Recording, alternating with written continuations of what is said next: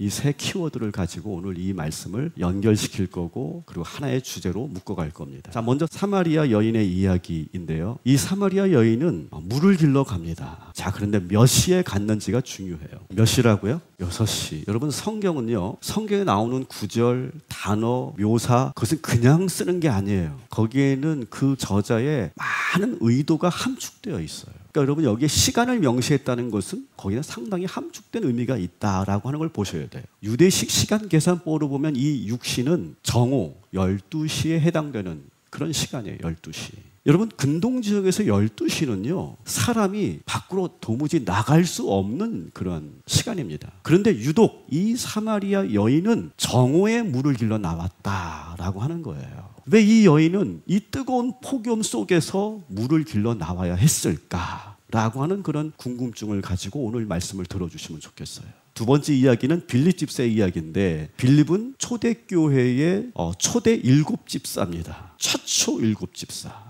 빌립과 같이 직분을 받았던 동료가 누가 있죠? 스데반이 있잖아요. 근데 이 스데반이 직분을 받은 지 얼마 되지 않아서 순교를 당합니다. 이 순교를 시작으로 유대인들이 이 예루살렘 초대교회를 극렬하게 핍박을 하기 시작합니다. 그래서 더 이상 예루살렘에 남아있을 수가 없어요, 이 교인들이. 그래서 흩어지게 됩니다. 빌립도 이제 예루살렘을 벗어났는데 어디를 갔느냐? 사마리아로 들어가서 복음을 전합니다. 빌립이 사마리아에 들어가자마자 그 도시가 완전히 뒤집어졌다는 거예요.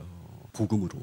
하나님께서는 이 빌립을 그 다음에 어디로 보내시냐 하면 광야로 보내신다는 거예요. 여러분들이 조직을 이끌어가는 리더라고 한다면 빌립과 같은 사람을 여러분이 만났을 때 어떻게 할까요? 이 사람 참 좋은 인재니까 더 좋은데 적저족소에 쓰려고 하지 않겠어요? 빌립 같은 사람은 지금 이 사마리아를 변화시켰던 것처럼 더 큰 도시, 에베소나 고린도 같은 그런 도시에 보내면 더 큰 일을 내지 않겠어요? 근데 하나님은요, 이 빌립을 어디로 보내느냐? 광야로 보냈다는 거예요. 여러분, 빌립이 뭘 잘못한 걸까요? 빌립을 폭염 한복판으로 인도하셨다는 거예요. 왜 하나님은 빌립을, 그 능력이 많은 빌립을 이 뜨거운 광야로 보내셨을까라고 하는 거예요. 자, 이제 세 번째 엘리야 이야기로 갑니다. 현재 그리 시내가에 머물고 있었어요. 몇 년 동안 비 한 방울 오지 않는 아주 극심한 가뭄이 그 유대 땅에 있었어요.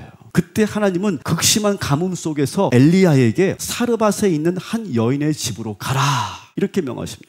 가봤더니 가뭄으로 인해서 마을 전체가 말도 아니에요. 모든 게 다 말랐어요. 뜨거운 열기 때문에 고통받고 있어요. 근데 지금 엘리야를 그 폭염 가운데로 내모셨다는 거예요. 사마리아 여인은 이 동네에서 고립된 사람이에요. 그래서 사람들이 많이 없는 가장 뜨거운 시간에 물을 길러 와야 했어요. 사회적 고립은 주변 사람들이 그를 고립하기도 하지만 스스로가 고립되기도 하죠. 스스로가 선택하기도 합니다. 그런데 예수님은 이렇게 사람 만나기 싫어하는 이 여인을 우물가에서 기다렸다는 거예요. 여러분, 그 위에 말씀을 보면 예수님께서 시장하다고 말씀하십니다. 제자들에게, 야, 배가 고프다. 자, 그러면 여러분 제자들과 함께 마을로 같이 들어가면 돼요, 예수님이. 그래서 같이 식사를 하시면 되는데, 나 여기 있을 테니까 먹을 것 좀 가져와라, 준비해라, 이렇게 하고 기다리고 있어요. 누구를 기다린 걸까요? 이 사마리아 여인을 기다리고 있었던 거예요. 자, 이제는 빌립 이야기로 봅시다. 광야로 빌립을 이끄신 이유도 마찬가지예요. 이 에디오피아 내시가 성경을 읽고 있는데 내가 하나님 말씀을 더 알고 싶은데 아무리 읽어도 알 수는 없고, 그래서 유대인들에게 가르쳐 달라고 했어요. 근데 아무도 가르쳐 주지 않는 거예요. 왜? 이방인이니까 그를 배척한 거예요. 아무도 에디오피아 내시에게 하나님의 말씀을 가르쳐 주지 않는 거예요. 한마디로 말해서 그는 영적으로 고립되어 있는 상태예요. 그래서 하나님은 빌립을 광야로 보내셔서 이 한 사람, 이방인 내시에게 하나님 말씀을 가르쳐 주라고 명령하시는 거죠. 빌립이 이 말씀을 가르쳐 주고 있어요. 그리고 예수의 복음을 전하니 이 내시에게 큰 영적 변화가 일어나기 시작합니다. 물가를 보니까 저희 가서 나를 위해 세례를 베풀어 달라고 부탁을 하는 거예요. 너무너무 기쁘니까. 성령님은 영적으로 고립된 한 사람, 그 내시를 위해 빌립을 보내신 거죠. 하나님은 큰 도시를 복음화시키시는 것보다 이 한 영혼을 더 소중하게 여기셔서 이 빌립을 보낸 겁니다. 세 번째 이야기, 엘리야 이야기로 갑니다. 하나님께서 엘리야를 급하게 사르밧으로 보내신 이유가 나와요. 사르밧 가문은요, 마지막 남은 밀가루와 기름으로 마지막 식사를 아들과 하고 그리고 죽으려고 했어요.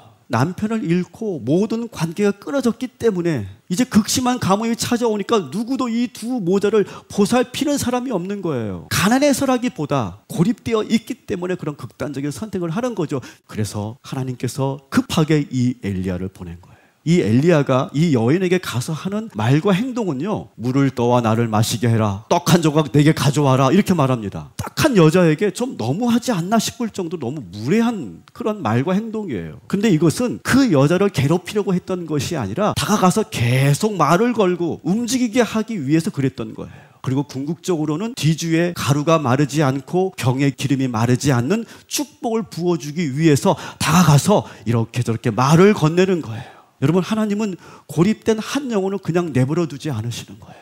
그들에게 우리가 가라고 지금 명령하시는 거죠. 여러분, 우리 이웃들이 고립되지 않게 함께 해주는 일이 바로 우리 교회가 해야 될 일인 줄 믿습니다. 하나님은 효율성보다 한 영혼을 더 귀하게 여기십니다. 이게 우리 하나님이에요. 대중을 위한 교회가 아니라 저는 한 사람을 위한 교회가 되기를 소망합니다.